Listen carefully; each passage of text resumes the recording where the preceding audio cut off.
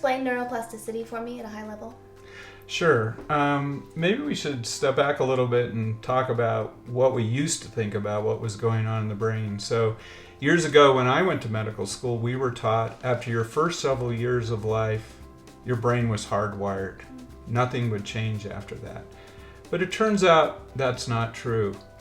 I first learned about this 10 or 15 years ago when I was reading about some neuroscientists that were at a meeting in Europe. It was after the meeting, they were having a beer or two, and they were asking the question, can you think of a physical activity where one hand is really dominant over the other? Well, then they thought about virtuoso violinists, and they realized that even though these people are right-handed, if you think about it, when you're playing the violin, the right hand, the fingers of the right hand are just moving the bow. It's actually the left hand fingers that are doing all the work. So when they imaged the brains of these virtuoso violinists, what did they find?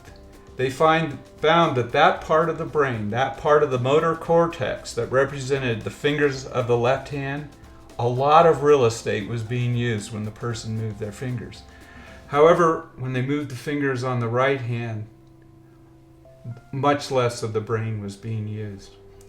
So that was interesting that physical activity practice meant that more of the brain on the other side was being used. Well, then the next question was, well, what if we trained the right fingers? If we trained the right fingers, could we have them better represented in the brain? Well, as it turned out, yes, that was true. But then the next question was, what if you just thought about moving your right fingers? And here again, when people practiced or thought about moving their right fingers, more of the brain was represented. So that was one example of neuroplasticity.